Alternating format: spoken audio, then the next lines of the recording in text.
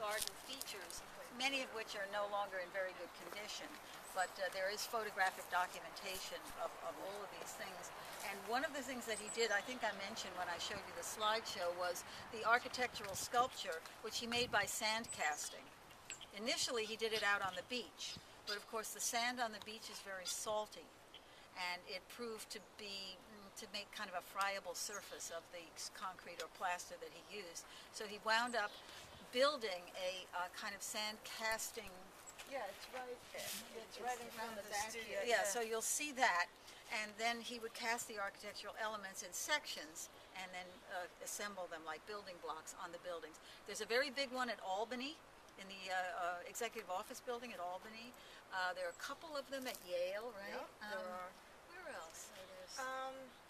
Well, originally there was the Olivetti showroom in New Yeah, York no, that's City. gone now. Is it? But it's somewhere else. It's somewhere it was else. Reinstalled It might be somewhere. at Harvard or something. I don't know. I think maybe you're right. Yeah. So they are peppered around, and there are a couple of them in New York City schools. And then he did some abroad as well. He was from Sardinia originally, and his monographic museum is in his hometown in Sardinia. What is his name? Costantino Nivola. Oh.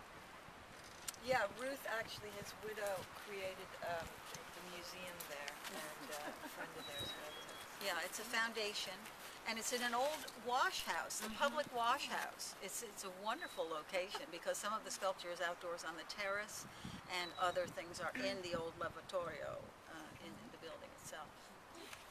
This gets like it's a green room when in full summer. It's an amazing That must be beautiful. structure. Yeah, it's trumpet vine actually. I've never seen It's not grapevine.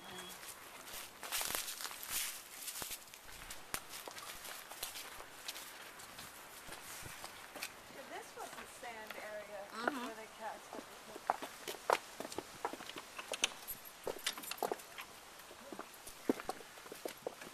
Like you guys roam around in here. Oh, this is very good.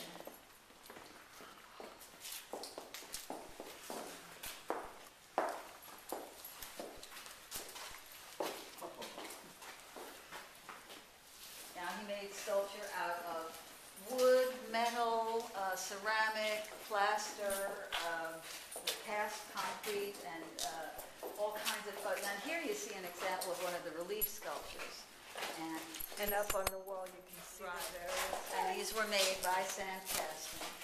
So he would carve into the wet sand as a negative form, and then pour the plaster in, and then the positive would come out. So it's a relief casting.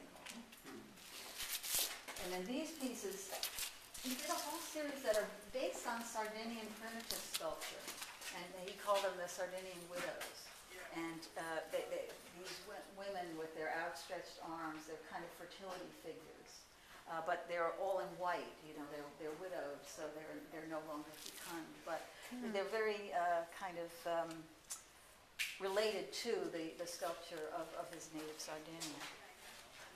And of course, he was a cubist. He was, a modernist, and he used a lot of the forms that were developed in two dimensions in the abstraction creation or abstraction création group, to which Corbusier and other Parisian modernists belonged. So for him, when Corbusier came over to this country, it was a natural collaboration. You were saying that the family doesn't know at this point what they're going to do? Right, I don't think they've really decided how they're going to administer it. I don't know if there is a foundation, but the foundation, I think, is primarily associated with the Monographic Museum in Sardinia, which is Italian.